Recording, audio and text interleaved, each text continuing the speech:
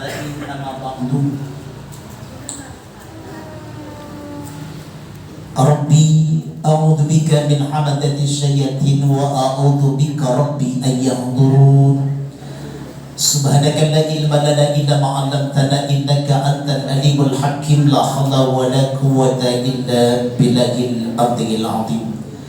Yang saya hormati Sahibul Bait, pimpinan Pondok Pesantren Qalbun Salim Al-Mukarram Kiai Haji Asep Sepuluh MA beserta Ustazah Hajah Mulyana.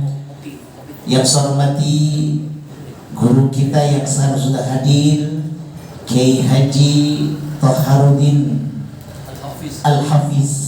Subhanallah, nanti kita dapat ilmu dari beliau, amin ya rabbal alamin. Yang saya hormati Al-Mukarram Ustaz Ihsan Mansur, orang-orang tua kita, Bapak Haji Sanusi, Bapak RT Sofian Kabir, tadi dimakan lontong kuenya. Yang saya hormati Bapak Haji Asep, Bapak Haji Mustajab dari Cagar Alam dan Ibu Haji hadir. Yang saya hormati Bapak Ustaz Haji Dedep Delani, Bapak Haji Mansur, Bapak Ustaz Cecep dan rombongannya. Bapak Haji Ujan Karim, Fajar Al-Hafiz, ya jadi fotografer, Ustaz Saimin, Bapak Haji Rusmana, semua jamaah orang-orang tua kita, Ibu Ustazah Momon, Ibu Ajah Dede, Ibu Ajah Koom dan Ibu Munda. Istri saya kebetulan ada di belakang tadi hadir. Alhamdulillah. Semua jamaah, para ustazah, orang-orang tua kita yang insya Allah dimuliakan Allah Subhanahu wa Ta'ala. Puji dan syukur kita panjatkan kehadirat Allah Subhanahu wa Ta'ala atas karunia nikmatnya. Alhamdulillah, kembali setelah libur 2 bulan ya. Untung lupa, untung ingat. Tahu alamatnya ya? Iya, sudah 2 bulan gak ketemu zikir, kita kangen dengan zikir. Karena zikir adalah tokmuruh, makanan hati, makanan iman kita. Amin ya rabbal. Jaminannya sudah jelas bu. Rasul sayang banget sama kita. Kullu ummati dakhala jannah, semua umatku masuk surga. Amin apa bu? Amin. Iya. Pakai foto putih, diam baik, iseng jadi kita ngeliatnya. Itu luar biasa. Jadi jaminannya surga insya Allah. Apalagi majlis zikir kan sudah sering dipesan. Wa idza maratu min riyadil jannah fartau, kalau kau mau lewat di taman surga mampir. Bu, mampir. Alhamdulillah. Tuh bukti kita sudah 2 bulan prank. Kemarin sudah kita puasa Ramadan, kita Idul Fitri, semuanya udah bersih semua dosanya. Amin ya rabbal. Kalian udah ketemu, ya udah maaf-maafan insya. Itu luar biasa ibu. Bukti hari ini Allah ya Rabbana tidak lain tidak bukan kami ingin bersih dari segala dosa dan kesalahan. Makanya untung banget ada 3 kelompok manusia yang paling untung. Satu adalah di zaman Rasulullah, meninggal sebelum Rasulullah meninggal, jaminannya surga. Jadi kalau ada orang meninggal, ibu Rasul masih ada, pasti sahabat jaminannya surga. Karena Rasul bisa tahu kapannya, sekarang akan datang tahu. Makanya satu kisah luar biasa. Ketika cucunya Hasan dan Husain, ini Husain ngadu kepada ibunya, wahai bunda, ibu, kok kakek beda dengan saya perilakunya. Kalau aku diciumnya sering leherku dikecup, tapi Hasan itu bibir yang dikecup. Akhirnya Siti Fatimah nanya, wahai Rasulullah, apakah ada yang beda kasih sayangmu dengan cucumu? Rasul diam, nangis Rasul, gak bisa bicara. Apa kata Rasulullah? Aku kecup bibirnya Sayyidina Hasan, kenapa? Nanti dia wafat dari kena racun di mulutnya dan isi perutnya akan keluar semua. Itu yang aku kecup supaya dia nanti masuk surga. Amin ya rabbal. Jadi Rasul tahu nanti Sayyidina Hasan ini meninggalnya nanti diracun dan isi perutnya keluar semua dari mulutnya. Itu yang menyebabkan Rasul mencup bibirnya. Lalu kenapa kau kecup leher Sayyidina Husain? Karena Husain nanti dia akan menjadi yang orang yang termulia. Dia wafat di penggal lehernya, syahid. Jadi setiap kalau perbuatan Rasul pasti ada sesuatu yang diberikan. Rasul tahu apa yang terjadi dan sekarang dan akan yang datang. Makanya hari ini kita dihibur ahli surga, amin ya rabbal. Yang kedua, siapa? Kelompok manusia yang wafat ibunya masih ada. Bu, ada ibunya masih ada? Kalau mati sekarang dah. Jaminan surga. Kalau ibunya masih ada, anaknya masuk apa? Maka dijamin masuk surga. Kalau ridho orang tuanya, pasti anak masuk surga. Amin ya rabbal. Mau mati begitu mau? Mau. Iya. Maji golam masih ada maji golamnya. Anak-anaknya ada. Subhanallah. Yang ketiga, seorang istri yang dia meninggal suaminya masih ada. Kalau suaminya ridho, maka seorang istri itu masuk mau gitu Bu? Bilang dah lakinya. Ya ridho ini, karena kalau sudah ridho jaminannya surga insya. Tuh luar biasa bukti kemuliaan yang diberikan kepada umat Nabi Muhammad, yang kita diberikan kesempatan menjadi ahli surga karena sebab ada orang-orang yang termulia atas kita. Rasulullah tentu, orang tua kita dan suami kita, mudah-mudahan dijadikan hamba Allah yang senantiasa taat kepada Allah Subhanahu wa taala, yang tujuannya tidak lain tidak bukan ya Allah, hari ini kami duduk untuk berharap ridho dan karunia-Mu, amin ya rabbal. Dan sehingga lama-lama nanti kita dengar kiai kita yang luar biasa pengalamannya, dan dia hafid Quran. Dia mualaf tapi hafid Quran. Kita gak mualaf, gak hafal Quran. Iya, tapi insya Allah pelajaran ini bermakna luar biasa. Dia mualaf luar biasa, tapi Allah berikan kemuliaan. Amin ya rabbal. Mudah-mudahan dari saya cukup sekian. Subhanakallah bihamdika, asyhadu an la ilaha illa anta, astaghfiruka wa atubu ilaik. Wassalamualaikum warahmatullahi wabarakatuh. Waalaikumsalam warahmatullahi wabarakatuh.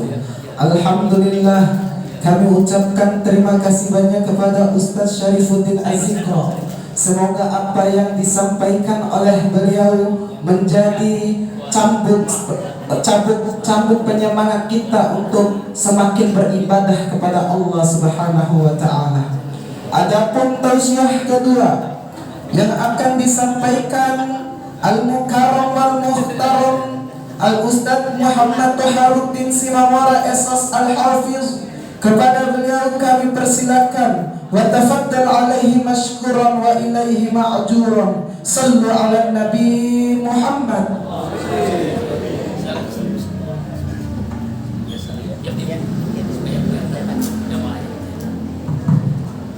Bismillahirrahmanirrahim. Assalamualaikum warahmatullahi wabarakatuh. Alhamdulillah, alhamdulillahilladzi bi ni'matihi tatimmus shalihat wa bi fadlihi tatanazzalul hasanati war rahmat. Allahumma salli wa sallim wa zid wa barik ala sayyidina Muhammadin wa ala alihi wa ashabihi wa man tabi'ahu bi ihsanin ila yaumiddin wa sallama tasliman katsira. Allahumma salli ala sayyidina Muhammad wa ala ali sayyidina Muhammad. Al-Muhtaram, Al-Mukarram, Khadimul Majlis Pesantren Qalbun Salim Kiai Haji Asep Syaifullah MA. Semoga Allah Subhanahu wa taala terus menerus memberikan keberkahan kepada beliau, disehatkan badannya, dimudahkan segala urusan-urusannya, terutama untuk melanjutkan pembangunan pondok pesantren Qalbun Salim yang lantai 3-nya kayaknya belum selesai. Habis dari sini insya Allah langsung selesai. Beserta semua keluarga besar pesantren Qalbun Salim, para guru, para asatidnya, yang tak bisa saya menyebutkan satu persatu namanya. Al-Mukarram guru kita Ustaz Syarifuddin, yang beliau ini Masya Allah ya, saya lihat dari medsos beliau terbang mulu ya, ada di sana, ada di sini, ada di sono, Masya Allah. Beliau ini adalah Syekhun Ustadzun Ma'rufun Masyhur. Para asatidz, para guru, para hujjat, para hajjah semuanya, az-zakirin wa az-zakirat, mohon izin saya tidak bisa menyebutkan satu persatu namanya.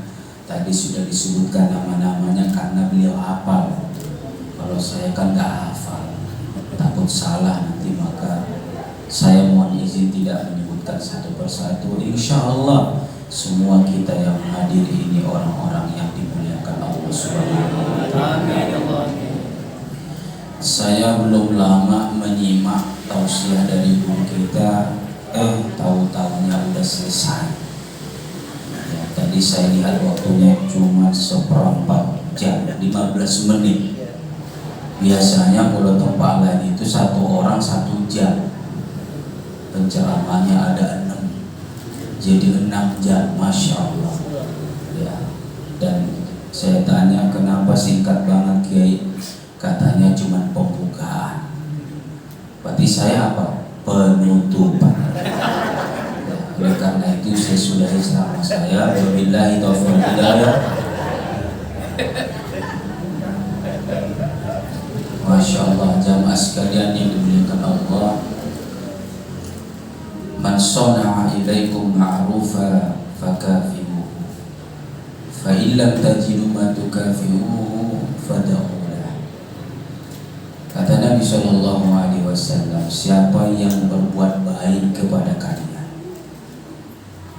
siapa yang berbuat baik kepada kalian, maka fakafi'uhu, balas. Hari ini kita diberikan kebaikan oleh guru kita, bahkan bulan-bulan sebelum 2 bulan, mungkin sudah berapa lama ini pesantren Qalbul Salim ada zikirnya? 1 tahun lebih. 10 tahun? Oh 1 tahun.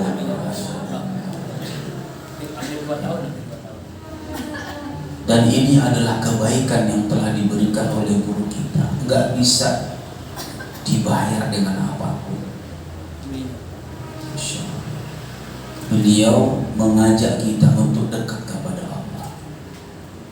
Beliau membimbing kita agar lisan kita ini selalu basah dengan zikrullah, hati kita senantiasa connect dengan Allah. Mau kita balas nggak bisa, dikasih 100 juta nggak terbalas, nggak sebanding. Karena kalau nanti bapak ibu meninggal husnul khotimah, asbabnya oleh guru kita, karena diajak terus riyadhah, sehingga di saat-saat sakaratul maut diberikan nikmat oleh Allah mengucapkan la ilaha illallah, karena memang udah biasa zikir di pesantren Qalbul Salim. Lalu diberi hadiah oleh Allah, uiddat lil muttaqin, masuk ke dalam surga. Masya Allah, hadiahnya surga dari Allah, asbabnya dari guru kita. Bisa dibalas? Bisa dibalas Bapak Ibu? Nggak bisa dibalas. Seandainya Bapak Ibu memberikan 100 juta untuk pembangunan pesantren Qalbul Salim ini juga nggak terbalas. Maka kalau kita nggak bisa balas, kata Nabi Sallam, fad'ulah, doain terus. Kita doain. Apa yang pertama yang pengen didoain, Ustaz? Apa kira-kira dari jamaah doanya apa? Ikhlas istiqomah. Ikhlas istiqomah. Saya kira langsung itu pondok pesantren cepat-cepat dibangun. Ya. Ternyata cuma minta ikhlas dan istiqomah membimbing jamaah az-zakirin wa az-zakirat ini. Masya Allah. Tentu ada yang lainnya Kiai ya. Nah, saya tahu isi hati antum ini. Mudah-mudahan pesantren ini benar-benar cepat jadi lah. Kasihan kita ngeliatnya masuk angin terus yang di lantai 3 yang nggak ada pintunya. Saya belum naik nih. Kalau belum lihat ya, jangan udah jadi lagi. Masya Allah. Nah, jamaah sekalian, beliau ini ya sama lah kita bertiga ini ya, muridnya daripada guru kita Al-Maghfur lahu Ki Haji Muhammad Arifin. Cuman beliau ini seniornya yang paling awal. Kalau saya bergabung itu tahun 2014 atau 2012 ya, ya masih baru lah. Kalau Kiai udah lama juga nih, jadi kayaknya saya malu juga nih. Dan beliau-beliau ini adalah maestro semua nih, ahli-ahli pembimbing spiritual, pembimbing zikir, masya Allah. Tapi yang menarik dalam majelis kita ini bukan sekedar zikirnya, tapi ada fikirnya. Dan ini adalah dua kombinasi yang sangat bagus. Ada fikir, tadi kita sudah memberikan nasihat kepada kita, mengisi otak kita, mengisi kepala kita dengan pengetahuan. Lalu setelah itu nanti kita isi juga hati kita dengan kebesaran Allah. Kata ulama begini, man tafaqqaha wa lam yatasawwaf fa huwa jindiq. Siapa yang belajar, yang hanya belajar aja, yang hanya nyari ilmu aja, yang diisi cuma otaknya saja, walam yatasawwaf, dan hatinya nggak pernah dibersihin, hatinya nggak pernah zikir, maka orang ini berpotensi menjadi seorang yang zindiq. Apa tuh zindiq? Ibu, masya Allah, ibunya cantik-cantik semua nih. Laki masih ada, Bu? Alhamdulillah ya. Fahuwa zindiq. Sombong, akan menjadi sombong, akan menjadi angkuh, akan menjadi merasa saya adalah seorang alim. Ini baru-baru viral, mungkin kita semua punya medsos. Bagaimana seorang yang kita kenal, guru kita Ustadz Adi Hidayat, masya Allah, beliau ini kan pakar Quran, pakar hadis. Itu menghafal Al-Quran. Kalau saya menghafalnya mungkin ya hafal dari Al-Baqarah sampai An-Nas, tapi menyebutkan urutan ayatnya di mana, di pojok mana, di kanan mana, sebelah mana, mana sana, dia tahu. Ya, kemarin beliau tuh menjelaskan tentang surah Asy-Syu'ara, diberi nama ini sebenarnya untuk menyampaikan pesan sederhana kepada umat bahwa ada surat pemusik. Itu langsung ramai Pak oleh teman kita, teman bukan situ ya, Salafi ya, kelompok-kelompok Wahabi Salafi itu langsung hujat sana, hujat sini. Bahkan yang lebih sadisnya lagi, murid-muridnya sudah mengkafirkan Ustadz Adi Hidayat. Kenapa seperti itu? Itu tadi, man lam yatafaqqah wa lam yatasawwaf, dia akan menjadi orang yang zindiq. Maka nggak cukup cuma ngaji doang, ngaji aja, belajar fikih, belajar tafsir, nggak pernah dibersihkan hatinya, nggak pernah tazkiyatun nafas, nggak pernah qalbul salimah. Iya. Lalu disebutkan lagi, wa man yatasawwaf wa lam yatafaqqah fa huwa jahil. Siapa yang belajar memperbaiki hati, memperbaiki zikir, tetapi dia tidak belajar ilmu, tidak diisi otaknya dengan ilmu, dengan pengetahuan, sama juga bahwa jahil. Dia berpotensi menjadi orang yang akan rusak. Kenapa? Jahil, bodoh. Dan alhamdulillah di sini kayaknya ada kajian tafsir, kajian fikih, hafiz Quran. Bapak udah berapa juz Pak di selama di pesantren Qalbul Salim ini? Masya Allah. Juz berapa Pak? Juznya berapa? 3. Juz tomat, juz jamu, juz. Masya Allah. Tadi saya diminta oleh beliau, Ustaz, Kalau boleh sedikit kenalan tentang profil Ustadz dulu. Katanya dari Kristen katanya ya, nggak katanya lagi, beneran. Dari nama saja udah ketahuan sebenarnya. Nama itu sebenarnya itu nama yang ditulis di spanduknya. Mana spanduknya? Oh, spanduknya di medsos ya. Oh, di medsos. Itu tulisannya kan Muhammad Toharudin Simamora.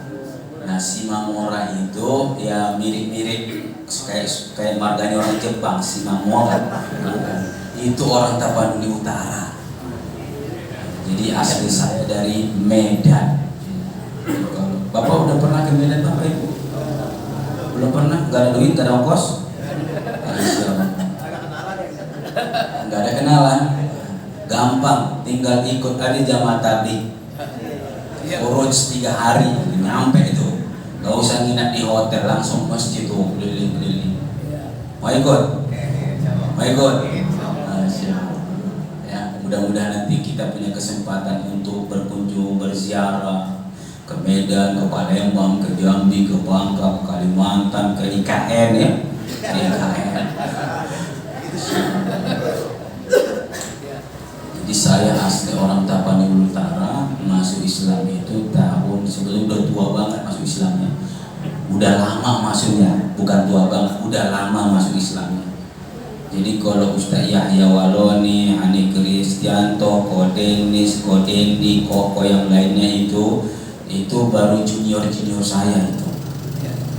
Karena saya masuk Islam itu tahun 1901. Oh bukan, 1994. Nah, itu udah berapa lama? Berarti udah 20 tahun. Udah berapa tahun tuh? Lebih kayak lebih dong. 30 ya, 30 tahun. Tapi saya selalu masih dibilang mu'alaf. Mu'alaf itu apa sih artinya dia? Mu'alaf itu kan mu'alafatul qulubihim, itu yang lemah. Alhamdulillah saya udah kuat nih, alhamdulillah. Enggak terpengaruh lah sama kardus-kardus, sama apa namanya itu Indomie, Supermie. Udah enggak level. Tapi saya ngeri juga kalau diganti dengan duit 1 miliar, 2 miliar, 10 miliar. Nah, karena nggak sedikit orang yang tadinya ustadz jadi pendeta, kabur ke Amerika. Siapa namanya? Saifuddin. Oh, ini Syarifuddin. Oh, ini Saifuddin. Ya, Saifullah. Saifuddin Ibrahim kabur ke Amerika karena takut dia ditangkap. Nah, nanti sama siapa yang Jenderal Bonaparte itu, Napoleon Bonaparte, kayak kasus kemarin itu kan, masya Allah, ada yang begitu. Bahkan sekarang ada podcast di YouTube itu macam-macam, di testimoni bangga dia menjadi orang Kristen. Testimoni gimana? Alhamdulillah, dulu saya ini ketika jadi muslim hafal Al-Quran. Coba dibacakan Qurannya, muasalah berantakan. Bahkan ini udah hafal Quran 31, mana ada 31? Alhamdulillah. Jadi masuk tahun 94 dan ada orang nanya, Ustaz kok bisa masuk Islam? Tanya kok, itu kan urusan Allah itu, hidayah. Tapi tidak sedikit juga orang yang tadinya kalau kita udah vonis nih bakal nih kayaknya gabung nih nanti dengan Abu Jahal, Abu Lahab nih. Seperti kan ada kemarin tuh di Indonesia namanya Abu apa? Nah itu kan, oh itu nggak selevel lah dengan Abu Jahal, itu nggak selevel. Ya dengan Abu Jahal, Abu Lahab nggak selevel. Masih ada insya Allah titik iman dalam hatinya. Bunyi buktinya sekarang udah nggak ada lagi kan? Kemana tuh orang? Hah? Jadi jamaah sekalian, ada orang Kristen masuk Islam, wah luar biasa. Tapi tidak semua orang yang masuk Islam itu benar juga, nggak semua. Ada orang pak bawa proposal kemana-mana, ngaku jadi mu'alaf, ya kan? Targetnya ngapain? Nyari uang. Hati-hati. Alhamdulillah kalau saya dulu ketika udah masuk Islam itu tahun 94, beruntungnya saya itu langsung dimasukkan pesantren. Alhamdulillah, langsung masuk pesantren. Wah, saya langsung diajarkan itu apa namanya itu, bahasa Arab, kitab kuning. Kenapa kuning ini? Alhamdulillah, belajar dari baca Al-Quran. Tapi sebelum saya masuk Islam sebenarnya udah tertarik dengan kehidupan orang Islam. Bukan orang Islamnya, tapi kehidupan sebagian orang Islam. Ya, saya dulu perhatikan apa orang Islam di senang-senang pergi ke sungai, kemudian mandi. Setelah itu dia berwudu. Saya baru tahu kalau cuci muka, cuci tangan, cuci kepala, cuci kaki itu wudu. Wah, apa ini? Ternyata itu namanya wudu. Mulai tertarik. Indah orang Islam ini. Nah, puncaknya saya masuk Islam itu diilhami oleh suara azan, suara Al-Quran. Jadi kalau saya rumah paman saya tinggal di Pekanbaru waktu itu. Kalau saya di atas itu saya dengar suara Al-Quran itu, Masya Allah, itu langsung menyentuh.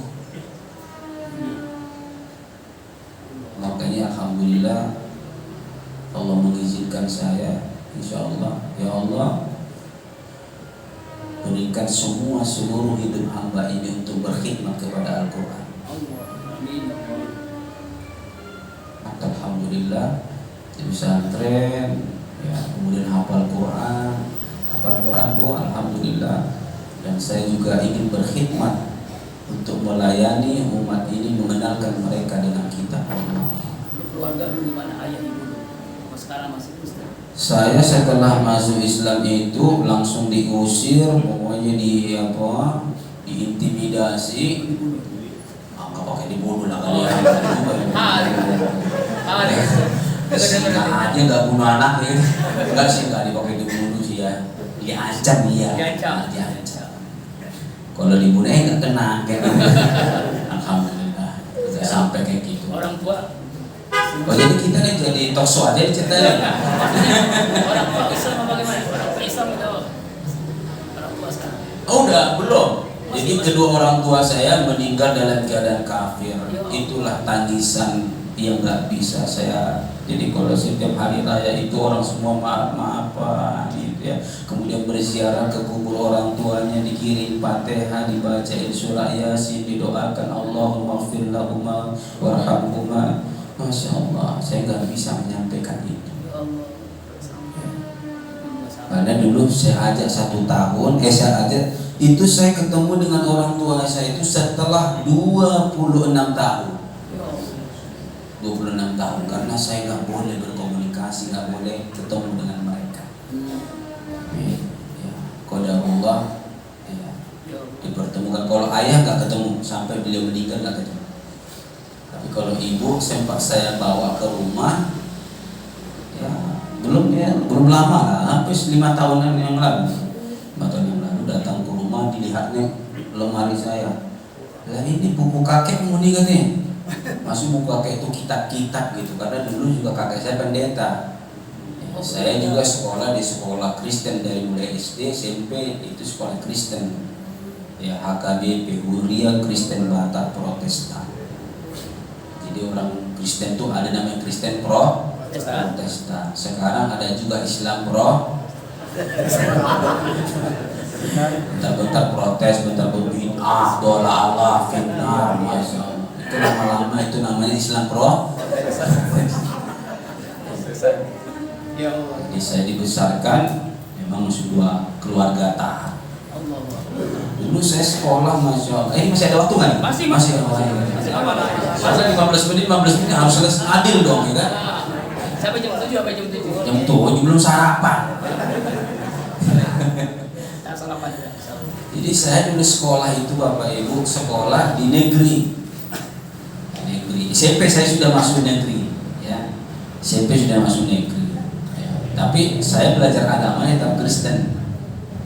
tetap ke gereja. Tapi karena jauhnya gereja, dulu kan saya tinggal di Rokan Hulu, ya, Riau. Itu setiap pelajaran agama Islam saya nggak pernah keluar, Bapak. Saya nggak pernah keluar dari kelas.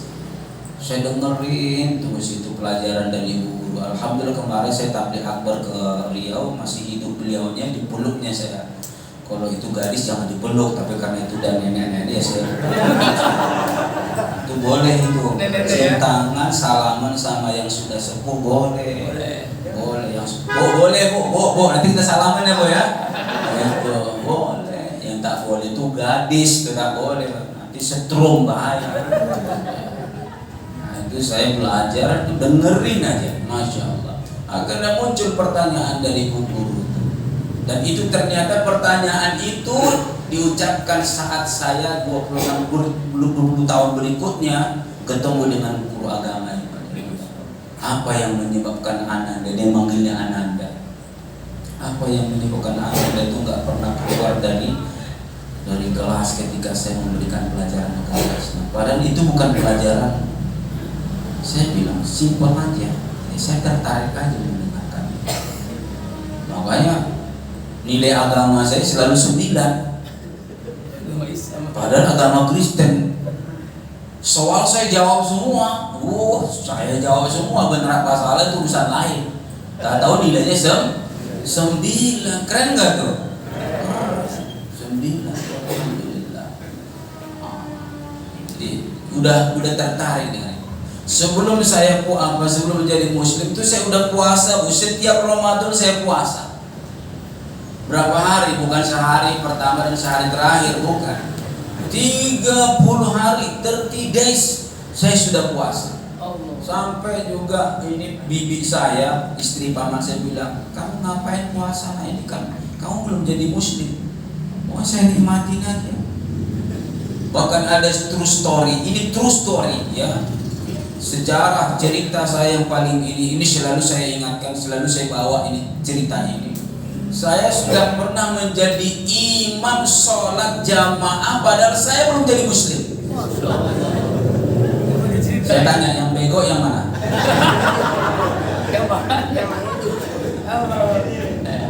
Nah, ceritanya itu saya main lah ke rumah teman. Kalau di Riau itu memang mayoritinya adalah muslim 100%. Yang Kristen itu yang ditransmigrasi ya itu yang Kristen di situ, yang kristenisasi yang paling banyak, yang bawa Supermi, bawa doskop macam-macam itu di situ tuh. Nah, kalau di Muslim Minangnya, Melayunya nggak ada, itu 100%. Tapi sekarang sudah mulai terjadi gradasi. Di Padang sekarang sudah ada gereja, sudah ada. Di Parung ada. Hati-hati itu, kristenisasi itu luar biasa. Nah jamaah sekalian itu, jadi saya udah banyak lah kenikmatan yang saya dapatkan. Jadi ketika saya sudah masuk Islam, sudah puasa, kemudian saya mengimam. Imam pada waktu imam sholat maghrib. Ya, biasanya kalau sholat maghrib paling banyak jamaahnya bu. Ya, subuh nggak ada, ya. Ada cuma imam, makmum sama karpet, ya. Itu saya imam dah tuh. Saya nggak tahu, karena saya didorong-dorong bapak ibu, dorong. Kamu jadi imam, jadi imam. Kamu baca Fatihahnya udah bagus. Jadi modal saya belum Islam udah bisa baca Fatihah. Masya Allah. Ya mungkin haknya agak kurang dikit, alhamdulillah. Jadi kurang dikit. Ya. Akhirnya pun saya disuruh jadi imam. Masya Allah. Saya baca Al-Fatihah sama sempurna saya imamnya. Nah, saya bawalah kasus itu ke guru agama. Bu, kemarin kami sholat, mimpin sholat tuh ini. Nama saya dulu ada namanya, gak usah kasih tahu lah namanya ya. Ini dulu si Amin ini, si Fulan ini jadi imam. Oh marah guru agama saya. Belum boleh, batal itu. Ini saya bilang, bego banget yang ikutan di belakang itu maksudnya. Mungkin mereka mungkin terharu kali pengen saya masuk Islam, gak apa-apa lah jadi imam, kali-kali terus bertobat kan gitu.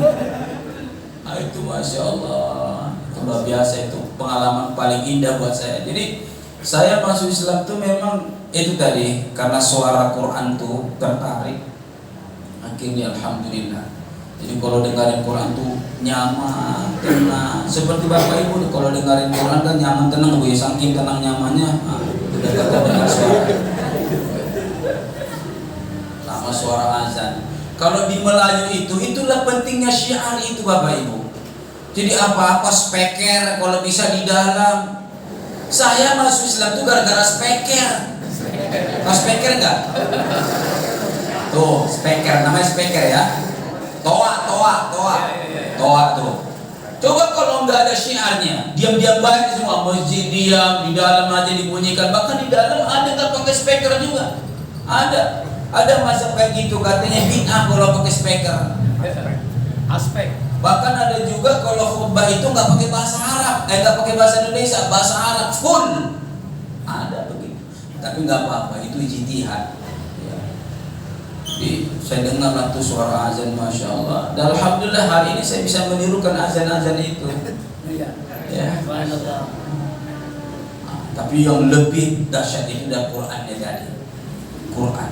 Makanya Bapak Ibu disebutkan Al-Quran itu adalah bahagian daripada zikir. Inna nahnu nazzalna dzikra wa inna lahu lahafidhun. Zikir. Maka mulai jualan nggak? Ini udah cukup lah ya? Cukup ya? Belum? Wani Miro.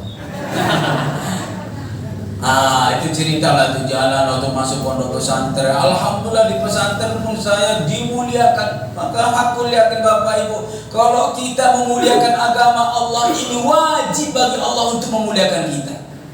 Tapi kalau kita menghinakan agama ini, maka wajib juga bagi Allah untuk menghinakan kita. Maka sering kita dengar nasihat-nasihat dari guru kita, ya, mengutip hadis Nabi Sallam. Man aqama, siapa yang menegakkan sholat, maka dia seperti orang yang telah menegakkan agama. Ya. Dan barang siapa yang meninggalkan sholat, sama seperti dia meruntuhkan agama. Jadi kita harus muliakan Islam ini. Kalau kita muliakan Islam ini, wajib bagi Allah untuk memuliakan kita. Dan kalau Allah yang sudah turun, yang sudah terlibat untuk memuliakan kita, siapa yang bisa untuk merendahkan kita, menghinakan kita? Makanya beruntung jadi kiai, beruntung jadi ustaz. Dan Bapak Ibu kalau ada punya cucu, punya anak, masukkan pondok pesantren. Pertama ke Qalbun Salim dulu, jangan kemana-mana. Ya, ngaji di sini, anaknya di mana? Jangan, salah itu. Ngaji di sini dulu, hafal Quran dulu 30 juz, baru kirim kemana? Hah? Palestina. Sahid dong. Ya, jangan langsung ke Palestina. Semangat banget langsung ke Palestina. Ya, Masya Allah. Nah, saya masuk pesantren langsung diterima sama Buya. Jadi kalau di Pekanbaru panggilnya Buya. Nah, kalau di Jawa Kiai. Ini Jawa ya? Jakarta Jawa juga kan? Jawa semua kita orang objek kabarnya. Nah, Masya Allah. Saya dulu 3 tahun di Jawa. Dan saya menghafal Quran itu di Jawa Tengah, Pondok Pesantren Sirajul Bukhlasin Magelang. Berapa lama? 2 tahun setengah. Ya, jadi berat juga sih menghafal Quran. Nah, saya masuk pesantren sama Buya di pesantren namanya Pesantren Darussalam di Pekanbaru. Nah, itulah saya belajar kitab Ustaz yang mengajar i'rab, mana mubtada, mana khabar, mana mudhaf, mana mudhaf ilaih, mana sifat, mana mausul, mana badal, mana sibul jumlah dan yang lain-lainnya lah itu ya. Alhamdulillah. Dan itu semuanya gratis. Gak pakai bayar. Sekarang pesantren mahal-mahal banget. Mau masuk pesantren anak kita, pas lihat harganya, masya Allah 40 juta, nggak jadi deh. Di sini 50 juta. Di sini 50 juta, masya Allah. Dolnya dingin. Masya Allah. Dolnya dingin. Cuma 5 juta. 50.000, masya Allah bu. Assalamualaikum. 50.000, wah saya nggak sanggup, saya nggak kangen ke 50.000. Masya Allah. Jadi pondokkan semua anak-anak kita. cucu-cucu kita pondokkan semuanya. Tidak pernah yang namanya orang kalau udah kenal agama itu disengsarakan oleh Allah. Ini gemuk-gemuk semua. Ana baina rajulun sami. Saya ada di tengah-tengah orang-orang yang subur makmur, masya Allah. Masya Allah, Syarifuddin, masya Allah. Berkah kan? Berkah nggak bu? Berkah, coba. Ustadz ini mudah-mudahan maka. Tapi saya dulu masuk Islam bukan dalam rangka untuk mencari duniawi, bukan. Tapi itu udah otomatis. Kalau kita udah berkhidmat untuk agama Allah, udah melayani agama Allah, otomatis Allah akan menurunkan makhluk-makhluknya untuk berkhidmat kepada kita. Bahkan dunia ini nanti pun akan merundukkan, menghinakan dirinya untuk melayani kita. Alhamdulillah. Coba lihat. Ya, pesan ini bangun kayak gini, masya Allah ini. Ya, kalau bukan orang kaya nggak bisa begini. Iya gitu masya Allah. Coba tanya apa yang tidak ada pada Ustaz Asep? Ada semua. Amin ya Allah. Wajah Asep, kaset. Gantung. Amin.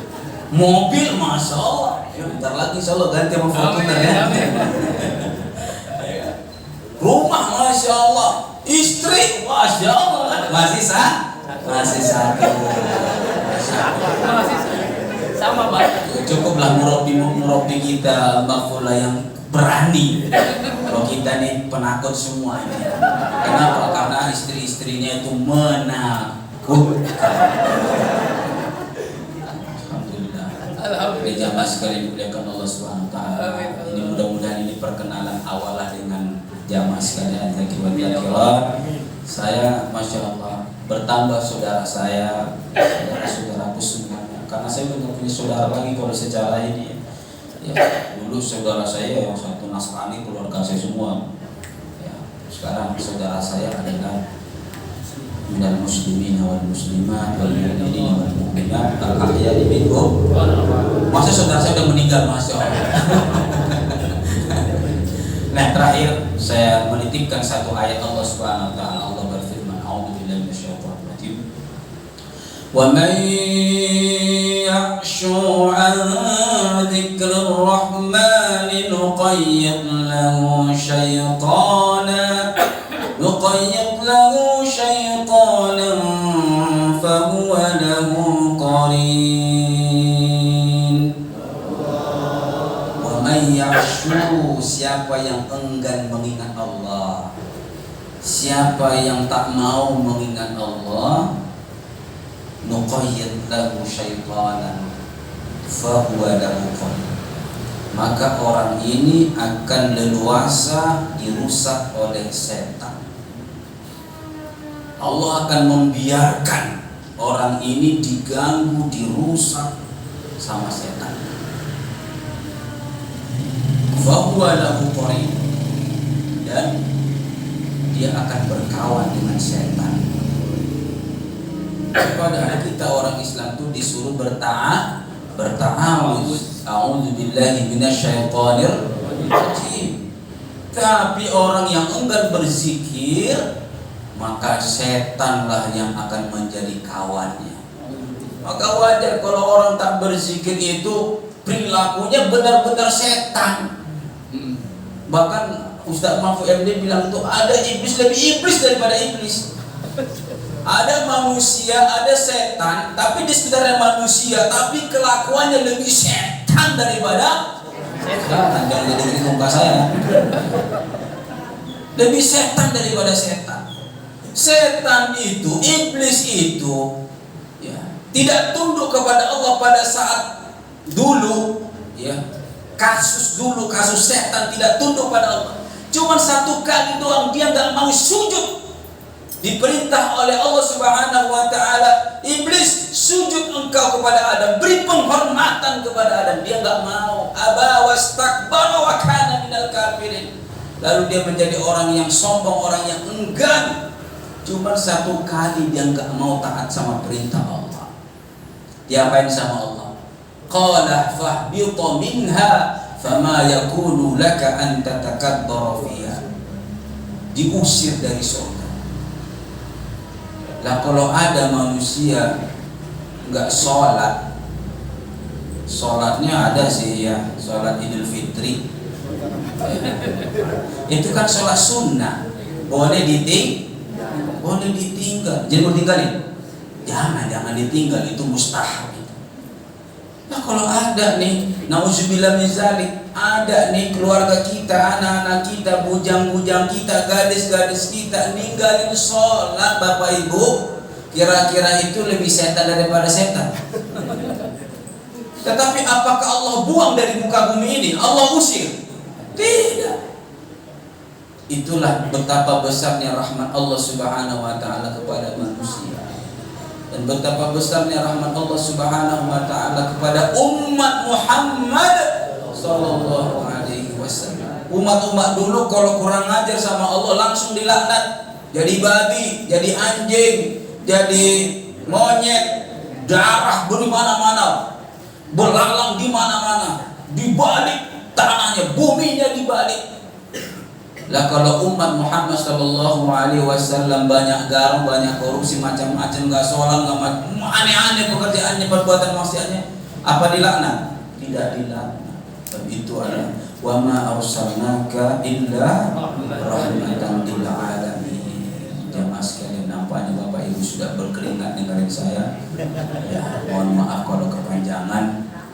Mudah-mudahan kita bisa lagi bersilaturahmi kembali, insyaallah. Saya juga siap Ustaz kalau antum suruh ngajar apa libata. Insyaallah. Dan alhamdulillah saya juga membangun sedikit pondok pesantren khusus untuk akhwat. Jadi isinya adalah perempuan-perempuan semuanya. Ya, anak-anak SMP, SMA, sekolah formal, pesantren formal. Dan alhamdulillah kita sudah meluluskan udah banyak, udah hampir mendekati 100 santri yang sudah kita luluskan, 30 juz Al-Quran, dan ada yang sudah berangkat ke Mesir, Al-Azhar, ke Yaman, kemudian ada yang melanjutkan ke Gontor yang tingkat SMP-nya, Masya Allah. Jadi tahadus bin nikmat, dan mudah-mudahan kita semuanya adalah menjadi pelayan-pelayan agama Allah Subhanahu wa taala, apapun profesi kita, status kita, pedagang tapi pedagang yang melayani agama Allah, ya, guru-guru yang melayani agama Allah, ya, apa saja status kita. Apalagi wadah Pak Haji ada tanahnya, bu, yang punya tanah Pak Haji maksudnya tanah Pak Haji. Ini tanahnya nih Pak Haji ini ada 2 hektar misalnya di mana-mana tuh, ada yang 500 meter gitu, yang 8 meter. Udah, itu pinggirin tuh. Karena kalau kita bagi-bagi semua nanti untuk keluarga, belum tentu nanti belum cakar-cakaran gara-gara. Langsung kasih tahu, ini tanah yang 500 ini jangan diganggu-ganggu. Ini mau saya gunakan untuk fisabilillah. Saya wakafkan untuk membangun pondok pesantren Qalbul Salim ya insyaallah. Tapi kurang kalau 500 ya. Tambah dikit lagi lah. 5.000 meter. Ada Bapak Ibu punya 5.000? Bukan ditanya dia bukan. Ada 100 meter? Ada 100 meter? Assalamualaikum. Jujur nih. Ada 100 meter? Ganti dengan uang kertas. Jual 100 meter itu jadikan uang, infakkan ke Ustaz. Siap? Kalau tidak cuma bilang siap doang, kita pembohong gitu. Siap. Giliran mana gak panik. Jangan. Ya, insya Allah. Mudah-mudahan kita semuanya diberkahi oleh Allah Subhanahu wa taala. Mudah-mudahan kita semuanya istiqomah untuk menjadi orang-orang yang akan menjadi kekasih Allah Subhanahu wa taala. Billahi taufiq wal hidayah wal afu minkum. Kalau ada kata-kata yang tidak berkenan mohon dimaafkan. Semoga kita semuanya menjadi hamba-hamba Allah Subhanahu wa taala. Wal afu minkum. Assalamualaikum warahmatullahi wabarakatuh. Waalaikumsalam warahmatullahi wabarakatuh. Kami ucap